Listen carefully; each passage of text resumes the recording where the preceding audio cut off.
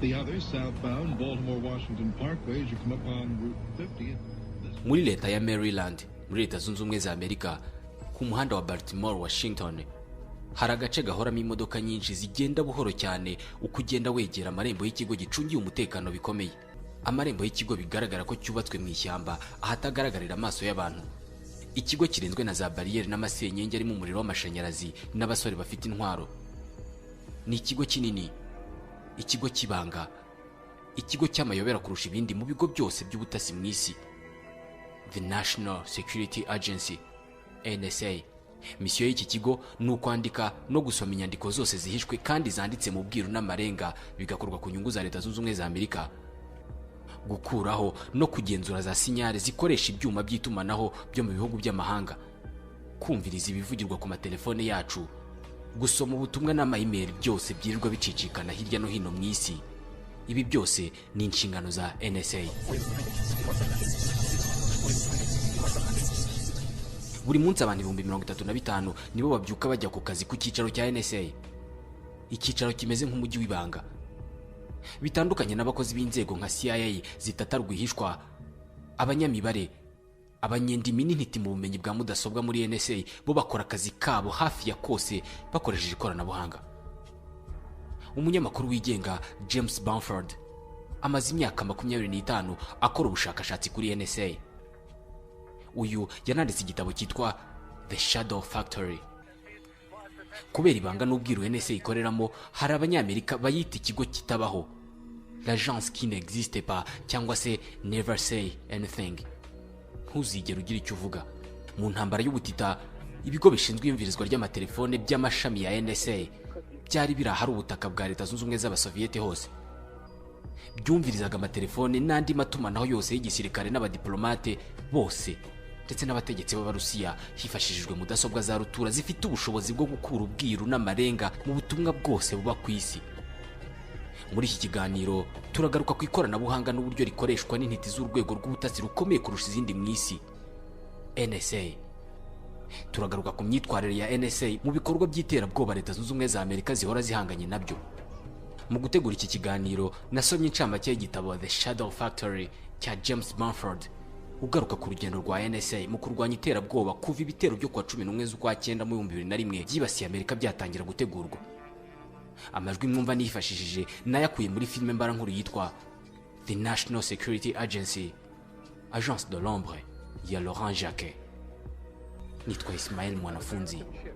Bahaye ikaze. Nyuma y'isenyuka rya leta zunze ubumwe z'abasoviyete, undi mwanzi mushya wa leta zunze ubumwe za Amerika yaravutse.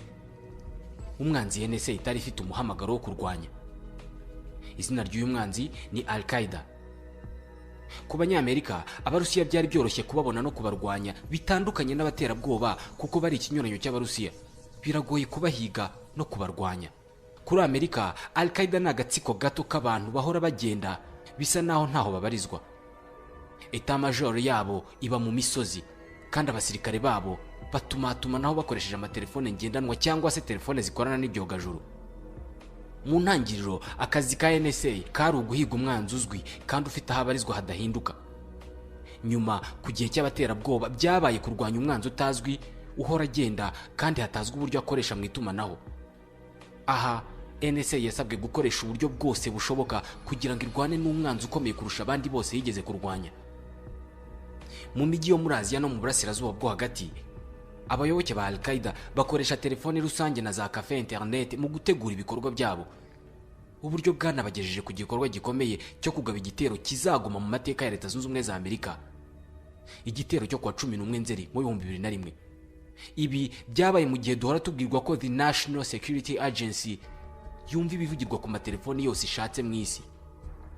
None ni gute leta zunze ubumwe za Amerika zagabweho igitero gikomeye kandi zifite urwego rw'ubutasi rwa mbere mu isi rwumva ibivugirwa kuri telefone zacu? Niba si ibi byarabaye bigakorerwa ku matelefone, ubwo leta zunze ubumwe za Amerika zaba ziri mu bwihisho ku buryo zitazongera kwibasirwa? Mu buryo buteye amatsiko, nyuma y'ibitero byo kwa 11 z'ukwa 9 mu 2001, komisiyo yashyizweho na guverinoma ya leta zunze ubumwe za Amerika ngo ikore iperereza kuri ibi bitero yibanze cyane ku gucukumbura amaraporo ya FBI na CIA kurusha NSA, kandi yari ishinzwe ibirebana n'amakuru, ikaba urwego rw'ubutasi bwa Amerika rushinzwe gutata inzego z'ubutasi z'ibihugu by'amahanga. NSA niyo yakabaye yari ifite amakuru yose. Gusa iyo harebwa inyandiko zose zitari ibanga, uruhare rwa NSA mu ntambara yo kurwanya iterabwoba ruragaragara neza. Hari ingingo iteye amayobera muri ibi. James Bamford, umushakashatsi kuri NSA kuva mu myaka 25 ishize, avuga ko Osama bin Laden wayoboraga Al-Qaeda, NSA yahereye kera yumviriza telefone ye imbere y'uko hagabwa ibitero byo kuwa 11 Nzeri.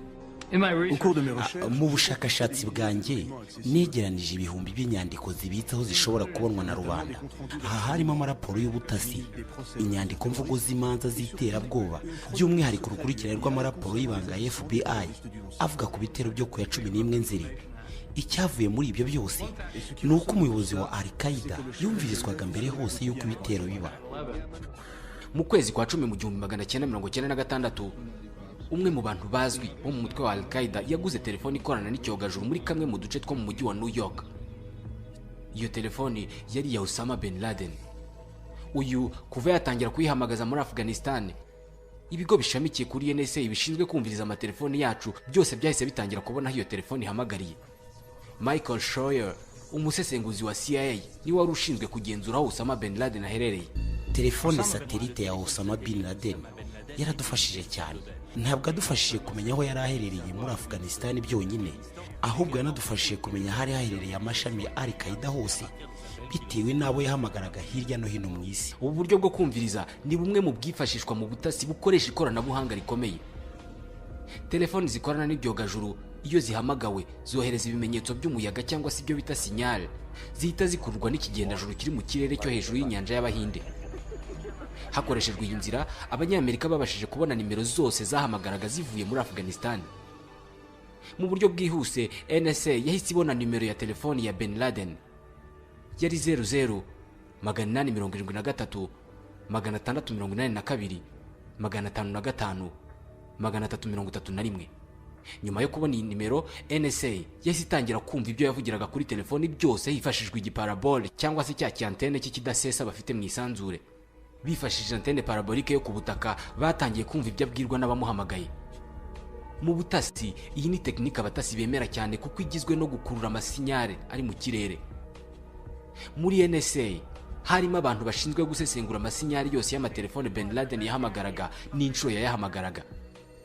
Aha baje kubona ko inyinshi muri telefone yahamagaraga zabaga ziri muri Yemen, ku birometero 3000 uvuye muri Afghanistan.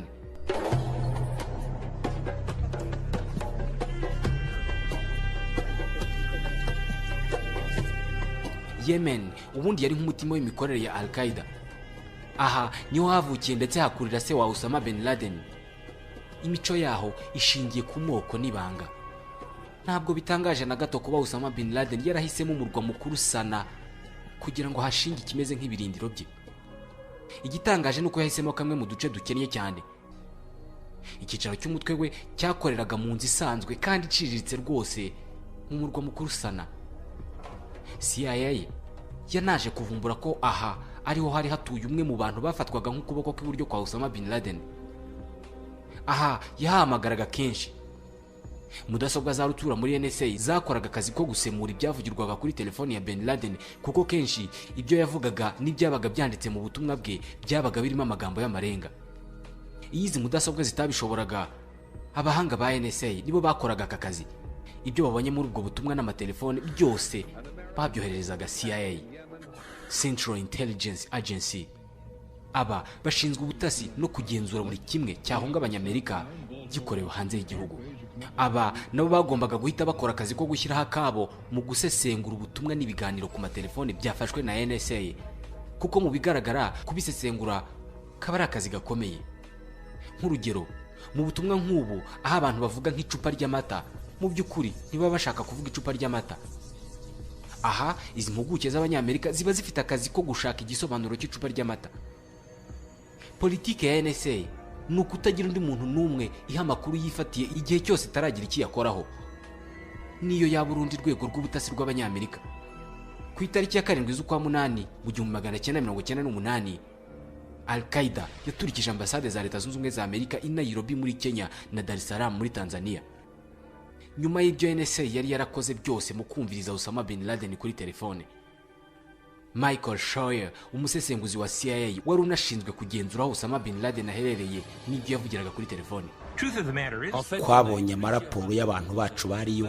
Amaraporo yatubwiraga ko hari igikorwa cya Al-Qaeda kirimo gutegurwa muri Afurika y'Uburasirazuba, gusa ntitwabashije kumenya aho ariho neza. Icyuho gikomeye mu butasi bw'ikoranabuhanga abanyamerika bakoreshaga, bitewe n'uko ahubatse ambasade z'abanyamerika haba ari ku butaka bwa Amerika. FBI yahise yohereza abakozi bayo i Nairobi na Dar es Salaam. Bahasanze inzu y'abanyayemeni irimo ibikoresho by'itumanaho bihambaye bakoreshaga mu gutumatumanaho na Bin Laden. Kugira ngo bamenye aho chef wa Al-Qaeda ari, abanyamerika bari bafite ibisubizo bitatu: ibyogajuru byo kumviriza no gufata ubutumwa bwanditse, intasi zo ku butaka, cyangwa se kumviriza amatelefoni. Aha ni naho NSA yamenyeye umumaro igomba kugira mu ntambara yo kurwanya iterabwoba. Eric Hazeltine yayoboye ishami ry'ubushakashatsi muri NSA hagati y'umwaka wa 2002 n'2005. Abantu bihishe mu myobo ahantu runaka baba ari umwanzi muto cyane ugereranije n'ibirindiro by'ingabo cyangwa itsinda ry'abitwaje za misiri. Ni ukuvuga ko ibyogajuru byumviriza bitari bifite akamaro kanini. Intasi zo ku butaka nazo si iz'agaciro kanini, kuko burya abagize umutwe w'iterabwoba kenshi baba bafite abantu baba ahantu hose. Ni ukuvuga ko biba bigoye kubabonaho amakuru. Aho niho NSA yamenyeye umumaro igomba kugira mu ntambara irwanya iterabwoba. Ku itariki ya 12 z'ukwezi kwa 11 mu 2000, Al-Qaeda yarongeye irakubita kandi cyane. Aha bibasiye ubwato bunini bw'abanyamerika muri Yemen. Ku yindi nshuro intasi za Amerika ntizari zabibonye biza. Frank Blanco yayoboraga NSA iki gihe yavuze ko Al-Qaeda rwose bagiye kuyinesha bakoresheje ikoranabuhanga nk'iryo bakoreshaga mu ntambara y'ubutita. Gusa iki gihe byagombaga kubanza kunyura mu biganiro byinshi byo gushaka ingengo y'imari yo kongerera ubushobozi ikoranabuhanga. Intambara y'ubutita ikirangira, Kongere ya Amerika yagabanije amafaranga yashyirwaga muri NSA, bayishinja kuyakoresha nabi kandi ikanabangamira ubuzima bwite bw'abanyamerika.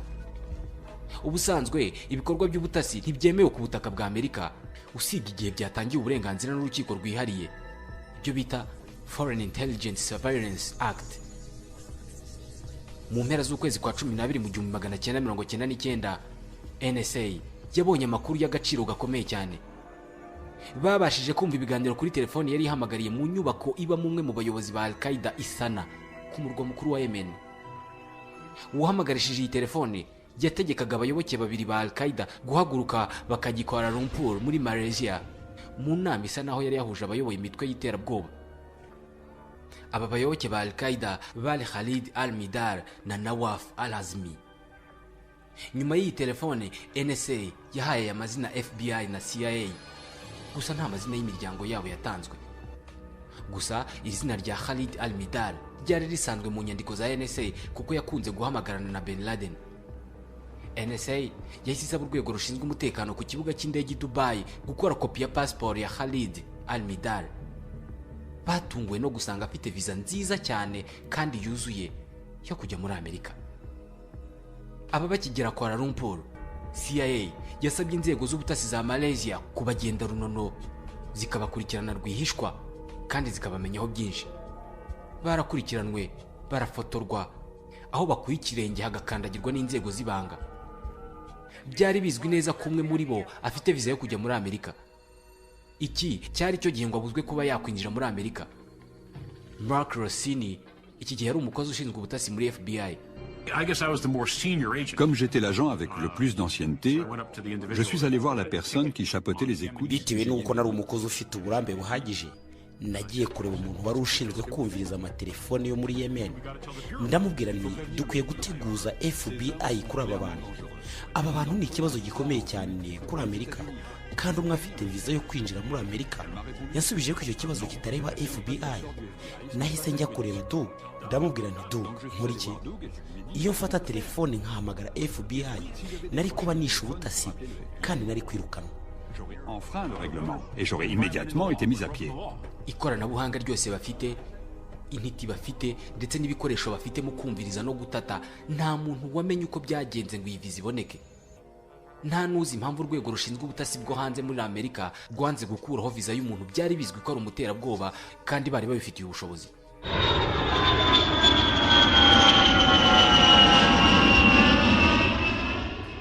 Ku itariki ya 15 z'ukwa mbere mu 2000 ku kibuga cy'indege mpuzamahanga cya Los Angeles, indege United Airlines nimero 2 yari hasesekaye iturutse Bangkok, umujyi CIA yaburiyemo irengero rya babaterabwoba.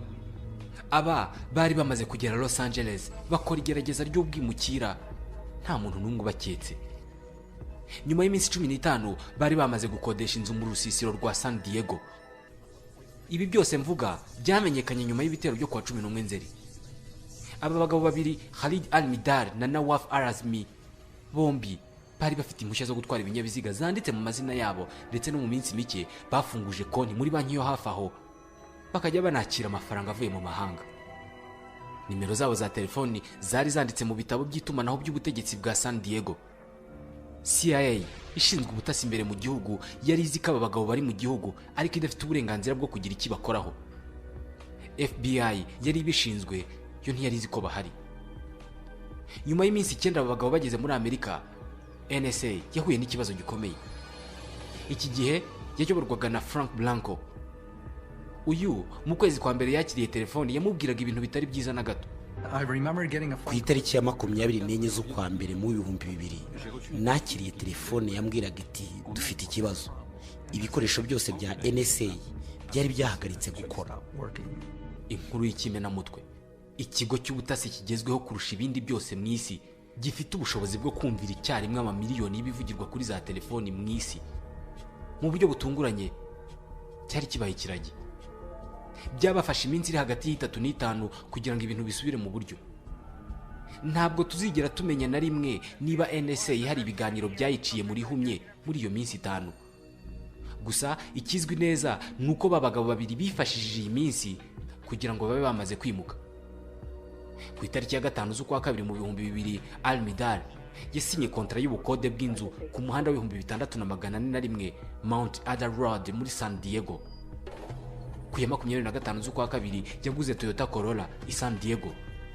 Ku ya 28 z'ukwa kabiri sosiyete y'ubwishingizi ya Progressive Insurance Company yagenzuye ikinyabiziga cya Al-Mihdhar ku byangombwa bifite nimero 604 759 21/0.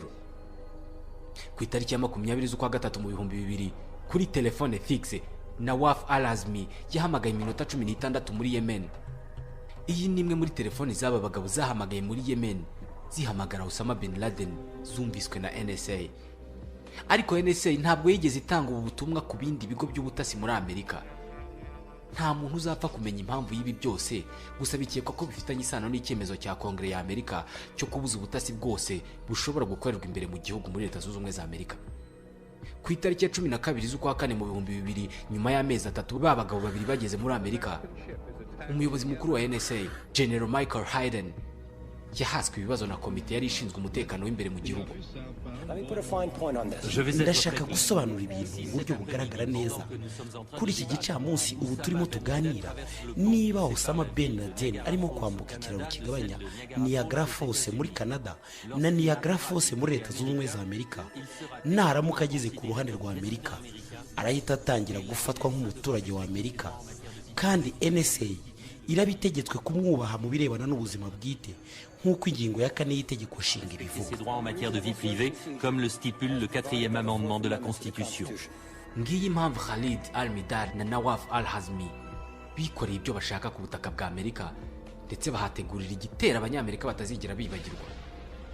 Gusa hari abavuga ko NSA yari ifite ubushobozi bwo gusaba urukiko gutanga uburenganzira bwo kumviriza abo bagabo kuko bakekwagaho gukora ibikorwa byo guhungabanya umutekano muri Amerika. Iperereza rito hano ngo ryari rihagije. Ku itariki ya 4 z'ukwa kane mu 2000, Nawaf Al-Hazmi yamaze isaha imwe muri National Air College iherereye ku muhanda w'3770 muri San Diego yiga uko batwara indege. Ku itariki ya 10 z'ukwa gatandatu mu 2000, Al-Mihdhar yavuye Los Angeles ajya Frankfurt mu Budage. Yari atashye iwabo muri Yemen kureba umuhungu we wari umaze kuvuka. Aha yahamaze amezi 13 ari kumwe n'umugore we, ariko bumvirizwa bakanagenzurwa na NSA. nyuma yongeye gusaba viza ya Amerika ayihabwa nta mananiza. Ku itariki ya 8 Ukuboza mu 2000, Hani Hanjour, undi munya-Yemen nawe ushinjwa ubuterabwoba n'Abanyamerika, yageze San Diego. Nyuma y'iminsi 3 yasanze Nawaf al-Azmi bahita bajyana New Jersey, aho bari bategerejwe n'abandi bahanga ba Al-Qaeda mu gutwara indege. Ku itariki ya 1 z'ukwa gatatu mu 2001, Hanjour yamaze amasaha 8 yiga gutwara indege muri kompanyi ya Jet Tech. Ku itariki ya 1 z'ukwa kane, Nawaf al-Azmi yandikiwe contravention mu muhanda. Oklahoma State Highway Patrol yamushinje kurenza umuvuduko no kutambara umukandara. Ku itariki ya 1 z'ukwa gatanu mu 2001, al-Azmi yaregeye igipolisi cya Virginia ko yatewe ubwoba n'umwirabura. Ku itariki ya 21 z'ukwa gatandatu mu 2001, umunyamakuru wa televiziyo Middle East Broadcasting Corporation yagiranye ikiganiro n'umwe mu baliyetna ba Ben Laden, atangaza ko barimo gutegura igitero gikaze ahari inyungu za Amerika. Inzego z'umutekano za Amerika zatekereje ko iki gitero kizagabwa ku nyungu za Amerika mu mahanga, maze inzego zose z'ubutasi zerekeza amaso n'ingufu ku bikorwa bya Amerika mu mahanga, by'imbere mu gihugu barabireka. Ku itariki ya 4 z'ukwa karindwi mu 2001, Al-Amidal yagarutse muri Leta Zunze Ubumwe za Amerika mu ndege nimero 53 yari ivuye muri Arabie Saoudite. Yaguye New York ku kibuga cy'indege cya JFK afite viza y'abacuruzi. Yagiye kuba muri hoteli Marriott ya New York. Iyi ni hoteli yakoreraga muri World Trade Center. Nyuma y'iminsi mike, al-Azmi, al-Midal na Hanjour bafashe umuhanda berekeza mu majyepfo mu kajyi gato ka Laurel muri Maryland. Bafashe ibyumba muri hoteli yitwa Valencia. Iyi ni hoteli isa n'ikorera mu marembo ya NSA.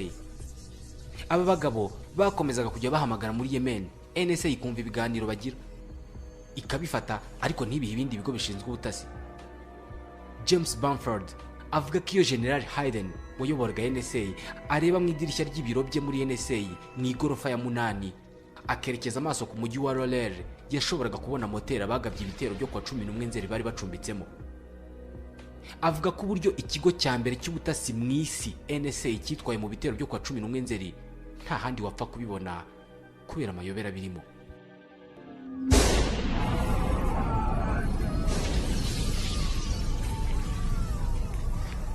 Ku munsi w'ibitero, abakozi hafi ya bose ba NSA basabwe kuva mu nyubako NSA ikoreramo hatinywa ko iki cyicaro nacyo cyaraswaho.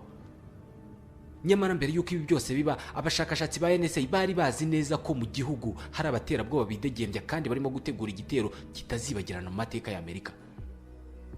Gusa ntacyo bari kubikoraho bitewe n'uko itegeko ryabuzaga inzego z'ubutasi kubukora ku baturage bari imbere mu gihugu. Iri ni rya tegeko ryitwa Foreign Intelligence Surveillance Act. Nyuma y'ibyumweru bitatu ibitero bibaye, mu ibanga rikomeye, George Bush yakuyeho ya ngingo ibuza NSA gutata bari mu gihugu. Iyi ni imwe mu ngingo zo kubuza ko ibitero nk'ibi byazongera kubaho. Usibye ingingo, ku ruhande rw'ikoranabuhanga, NSA irasa n'isabwa kugendesha ibirenge mu kirere cy'itumanaho rigezweho. Kugeza ibitero byo kwa 11 Nzeri bibaye, itumanaho ryakoreshwaga ryifashishaga sinyale z'ibyogajuru zoroshye gukurikiranwa ku buryo telefone yumvirizwa. Izi ni sinyale kandi zanatwarwaga n'imigozi ya fibre optique inyura munsi y'inyanja.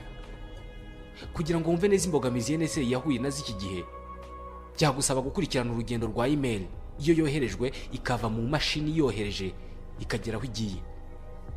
James Bamford mu 2004 yari Kuala Lumpur muri Malaysia mu bushakashatsi ku itumanaho rya Al-Qaeda. Yicaye muri cafe akoresha connection y'inziramugozi Wi-Fi. Yanditse email ayoherereza umuntu wari Boston nawe bafatanyaga mu bushakashatsi. Iyi email yarimo amagambo y'amarenga ariko ashobora gusobanurwa na mudasobwa zo muri NSA. Aha yandikaga amagambo nko guturitsa White House, gusenya Capitol n'andi.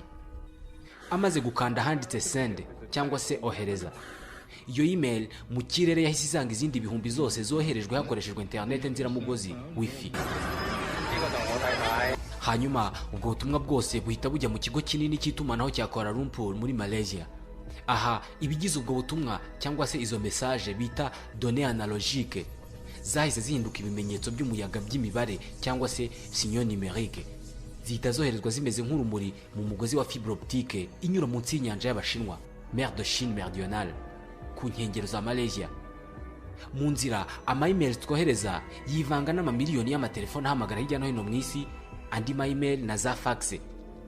Kuri ya email ya James Bamford yahise yivanga n'amatelefone na za fax zose ziturutse muri Aziya. Uru ruvangitirane rw'ubutumwa rwambutse inyanja ya Pacifique ku muvuduko nk'urumuri. Nyuma y'ibinyejana bitanu by'isegonda, email ya Bamford imaze koherezwa yari imaze kugera ku mucanga wa California mu mujyi witwa Morro Bay. Aha niho ubutumwa bwose buvuye muri Aziya bwoherejwe muri Amerika buruhukira. Ku birometero bike unyuze munsi y'ubutaka, ubutumwa bwose buvuye muri Aziya bujya hitwa San Luis Obispo mu nyubako ihari. Ni ukuvuga ko ushaka kwinjira mu butumwa bwose buvuye mu mahanga uri muri Amerika, San Luis Obispo niho hantu heza ho kubikorera. Aha niho haruhukira 80% by'itumanaho ryose rituruka muri Aziya. Gusa ubutumwa ntabwo buguma aha, ahubwo bukomeza mu migozi kugera muri San Francisco, mu nyubako iri ku muhanda wa 611 Folsom Street. Iki ni ikigo cy'itumanaho cya kompanyi yitwa AT&T, ikigo cy'ubushakashatsi mu matelefone gikomeye cyane muri Amerika. Amatelefone yose ahamagara muri Amerika aturutse hanze yayo abanza kunyura mu igorofa ya 7 muri iyi nyubako ya AT&T.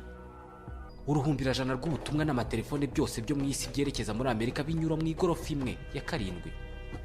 Ubutumwa bureba ibihugu, ama-email, za fax, ubutumwa buhererekanya amafaranga mu mabanki, ubutumwa bufata ibyumba mu mahoteli, imivugo y'urukundo kugeza ku matangazo yo kubika, byose bihurira mu igorofa imwe. Mu 2003 umu-engineer wa AT&T yabonye ko imigozi cyangwa se cable z'igorofa ya 7 zayobejwe, aho kujyana ubutumwa bwose aho bugomba kujya, ahubwo bwari busigaye bwoherezwa mu cyumba kimwe kibanga mu igorofa ya 6 ariko mu nyubako imwe. McLean niwe mu-engineer wabivumbuye. Uko byagaragaraga neza yari installation ya NSA. Ndatekereza ko babonaga ubutumwa bwose bwatugeragaho bunyuze kuri interinete, bishatse kuvuga ko babaga bafite amakuru menshi cyane avuye muri Amerika n'ahandi hasigaye mu isi. McLean yasanze muri iki cyumba harimo ibikoresho bihambaye mu gufata ubutumwa bw'abantu ndetse no kubushungura hakavanwamo ibisobanuro by'amagambo y'amarenga aburimo. Mark avuga ko harimo za mudasobwa zashyizwemo systeme yo gusobanura amagambo yose akomeye ashobora gukoreshwa mu kuyobya uburari.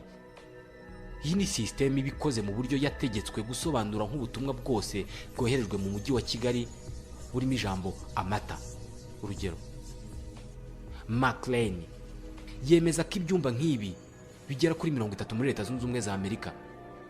Ibi byose byashyizweho nyuma y'ibitero byo kwa 11 Nzeri ubwo itegeko ryemereraga NSA gutata abanyamerika ku butaka bwabo nk'uko bikorwa ku banyamahanga.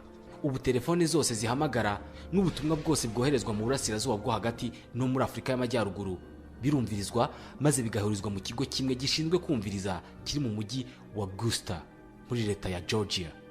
Ubutumwa bwumvirizwa ntabwo ari ubwo bakeka gusa, ahubwo bafata amatelefone yose atelefone mu duce bashaka maze yose bakayasesengura, ibidafite inyungu bakabijugunya. Mu bice bakekamo iterabwoba, ubutumwa bwa buri muturage bumva mu mwaka umwe ubushyize mu nyandiko bushobora kuzura utubati 12. Ibi byose muri NSA haba hari abashinzwe kubisesengura ngo bamenye ikibirimo.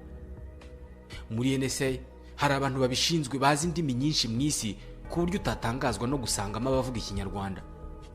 NSA ifite ishami rishinzwe kwigisha abantu indimi zikoreshwa mu bihugu bafitemo akazi. David Murray Falk ni umwe mu bihumbi by'abanyendimi bigishirijwe muri NSA. La NSA dépense des milliards de dollars pour obtenir des informations. NSA itanga amamiliyari y'amadolari mu kubona amakuru, kuyasesengura no kuyohereza mu buryo bw'ibanga kugeza ageze ku musemuzi ushoboye kuyumva akayashyira mu nyandiko. Nyamara nabonye ko abasemuzi benshi bataba bafite ububasha buhagije ngo bakore ibyo. Benshi bifashisha ibyuma bifite ubushobozi ariko bo badafite ubushobozi mu by'indimi kugira ngo bakore neza. Pour travailler correctement. Iyi niyo mpamvu NSA ifite ishami ryigisha indimi. Mbere y'ibitero byo kwa 11 Nzeri, inzego z'ubutasi muri Amerika zari zifite ingengo y'imari ya miliyari 26.7 z'amadolari. mu 2008 yikubye kabiri. Amafaranga akoreshwa na NSA yonyine ni ibanga, ariko bavuga ko ishobora kuba ari 1/3 cy'ingengo y'imari yose ya Leta Zunze Ubumwe za Amerika. Amafaranga rutakoreshwa na Minisiteri y'Imari muri Amerika. Mu birebana n'abakozi ikoresha, uyu munsi barenze 35,000. Uku kongera umubare w'ingengo y'imari, umubare w'abakozi no gushyira ingufu mu kudatakaza amakuru na make areba Amerika bishyira Leta Zunze Ubumwe za Amerika mu mutekano w'akataraboneka. Ibi se bisobanuye ko nta bitero by'iterabwoba byakongera kwibasira Amerika.